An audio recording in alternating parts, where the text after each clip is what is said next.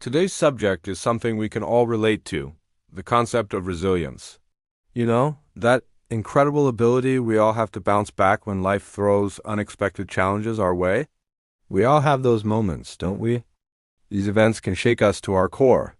They make us question our direction and even our self-worth. We've all been there, feeling like we failed in some profound way when our carefully crafted plans fall apart. But here's the thing, what if we shifted our entire perspective on what failure really means? Instead of seeing it as the end of the road, what if we viewed it as a redirect, like a plot twist in a captivating story? It's an opportunity to veer off the beaten path and discover hidden treasures we didn't even know existed. You see, failure is not the adversary of success. Rather, it's an essential part of our journey. Think of it as a stepping stone, something that shapes our unique experiences and ultimately molds us into who we are meant to be. Isn't that an empowering thought? But how do we actually embrace this mindset shift? How do we learn to reframe our setbacks rather than allow them to define us? Well, I want to share something called cognitive reframing. This technique challenges those negative thoughts that cloud our judgment, especially after we face setbacks.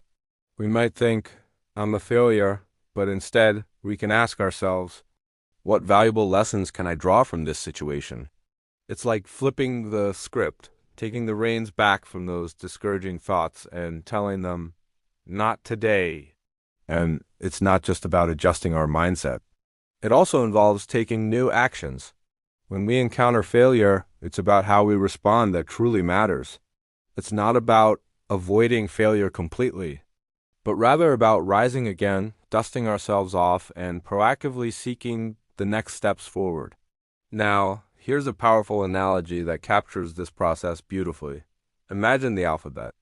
If plan A doesn't work, there are still 25 other letters waiting to guide us. This metaphor reminds us that there's always room for flexibility, creativity, and resourcefulness. We can adapt our plans and explore alternative routes instead of locking ourselves into one rigid path.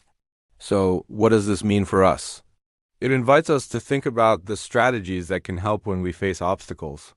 For instance, B could stand for brainstorming, coming up with new ideas, and could symbolize collaboration, highlighting the importance of reaching out for support.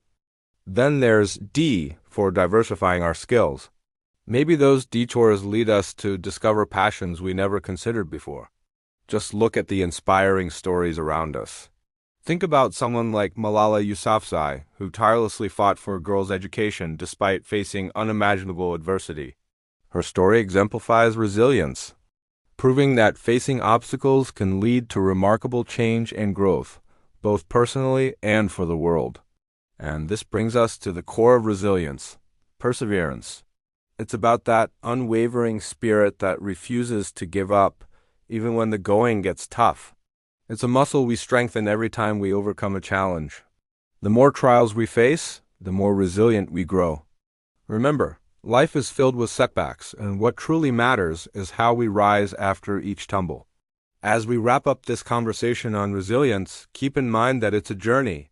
Expect detours and roadblocks because they are part of the experience. But remember, these bumps in the road do not define you. You possess the power to choose your response. Every failure can serve as a lesson. Every setback an opportunity to uncover new pathways. Think of a recent setback in your life and ask yourself, which letter in this ever-expanding alphabet of resilience would have helped you navigate that challenge? And how can you add your own letters to this alphabet of personal resilience? Thank you for joining me in this deep dive today. Keep exploring, keep growing, and keep embracing the incredible journey that is life.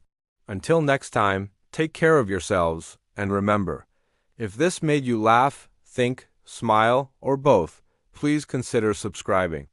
I guarantee you'll do all three.